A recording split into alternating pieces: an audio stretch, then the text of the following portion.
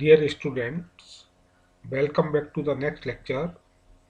In the last lecture, we have discussed the non-market based methods for transmission congestion management scheme. Today we will discuss the calculation of available transfer capability ATC. It should be noted that capacity allocation method usually allocate the transmission capacity in X-ant manner before physical deliver of energy. जो capacity allocation methods हैं जो transmission capacity का allocate करते हैं वो forecast base पर पहले से क्या क्या रिक्वायरमेंट है उसके बेस पर करते हैं, ना कि जो फिजिकली डिलीवरी ऑफ एनर्जी के बेसिस पे। On the other hand, congestion alleviation methods are termed as remedial action. जो कंजक्शन एलिवेशन को कम करने के लिए जो मेथड्स हैं वो क्या है, रेमिडियल एक्शन के रूप में we use the transfer capacity allocation method. The procedure for the capacity allocation start with the calculation of available transfer capability. जो कैपेसिटी का एलोकेशन है वो किस चीज़ से स्टार्ट होगा? सबसे पहले हम लोग कैलकुलेशन करें कि अवेलेबल ट्रांसफर कैपेबिलिटी कितनी है। इसके लिए भी use the two methods. While inter area tie lines become means of bulk power transfer on a regular basis from sources of cheap generation to load in a restructured power system. जो inter area tie lines है उनके अंदर जो bulk power transfer होती है regular basis पर from cheap generation to load in a restructure power system, thus it become imperative on the part of system operator to quantify the available transfer capability of the network। तो system operator है उसके लिए quantify कर सकता है कि available transfer capability network की कितनी है and allocate the same to the market participant in efficient manner. और वो पार्टिसिपेंट को एफिशिएंट मैनर में एलोकेट कर सकता है।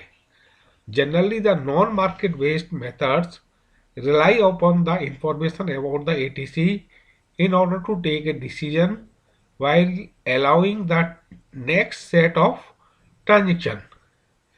जैसा कि हमने लास्ट क्लास के अंदर डिस्कस किया था कि नॉन मार्केट बेस्ड मेथड्स के अंदर first come first serve basis, on pro rata based method, type of contract, in methods के अंदर जो अवेलेबल ट्रांसफर कैपेबिलिटी है उसका डिसीजन किस बेसिस पे होता है कि पहले किस तरह से हमने एलोकेट किया, उसके बाद उसी सेट पर उसी बेसिस पर दूसरा ट्रांजेक्शन होगा और हम अवेलेबल ट्रांसफर कैपेबिलिटी का एलोकेट कर देंगे।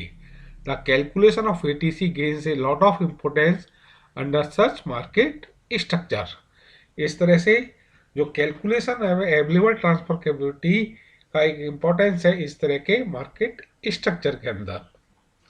There are some important terms which are used in this chapter for the transmission congestion.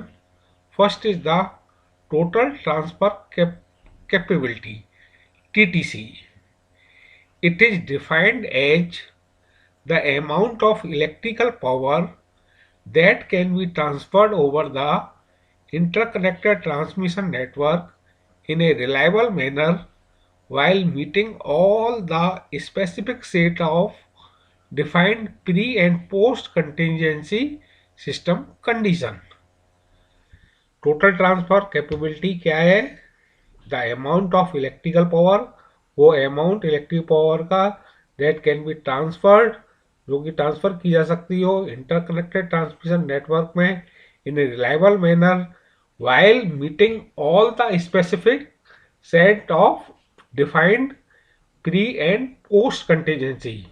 It's meaning the fault आने से पहले या फॉल्ट आने के बाद जो भी कंडीशंस आती हैं उन सभी को सेटिस्फाई करते हुए इलेक्ट्रिकल पावर का ट्रांसफर कर सके इंटरकनेक्ट नेटवर्क में, उस एनर्जी को हम क्या बोलते हैं, total transfer capability, TTC. Second term is the transmission reliability margin, TRM.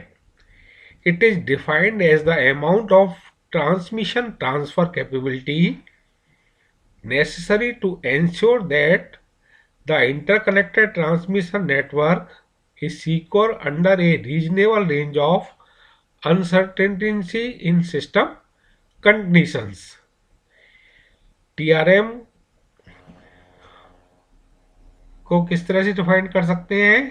As the amount of transmission transfer capability, जो वो अमाउंट है जो ट्रांसमिशन ट्रांसफर कैपेबिलिटी का, which is required to ensure that कि जो इंटरकनेक्टेड ट्रांसमिशन नेटवर्क है वो secure है under a reasonable range of uncertainty in system condition, that is called the TRM. Third is the capacity benefit margin, CBM. It is defined as the amount of transmission transfer capability reserved by load serving entities to ensure that interconnected system do meet generation reliability requirement. CBM को उस amount of energy का transfer capability का जो कि reserve में रखी जाती है लोड सर्विंग एंटिटीज के द्वारा, टू एंश्योर करने के लिए कि इंटरकनेक्टेड सिस्टम के अंदर meet the generation reliability requirements, जो जनरेशन रिलायबिलिटी रिक्वायरमेंट को मीट आउट कर सके। इस तरह के जो अमाउंट ऑफ ट्रांसफर कैपेबिलिटी को क्या बोलते हैं हम?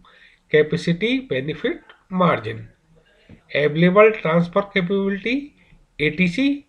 It is a measure of the transfer capability remaining in the physical transmission network for further commercial activity over and above already committed usage. Available transfer capability क्या है? It is a measure, ये we can calculate the transfer capability remaining in the physical transmission network के अंदर, जो transmission network के अंदर है, for the further commercial activity over and above already committed uses. जो शॉर्ट टर्म या long term transaction है उन सब को कंप्लीट करने के बाद भी जो एनर्जी, जो कैपेबिलिटी अपने पास रहती है उसे बोलते हैं available transfer capability. Mathematically ATC is defined as the total transfer capability. Total transfer capability में से TRM, ट्रांसफर रिलायबिलिटी मार्जिन को सब्ट्रैक्ट करें minus existing transfer transmission commitment including CBM, that is called the available transfer capability. In the next class, we will discuss how to calculate the ATC. Thank you.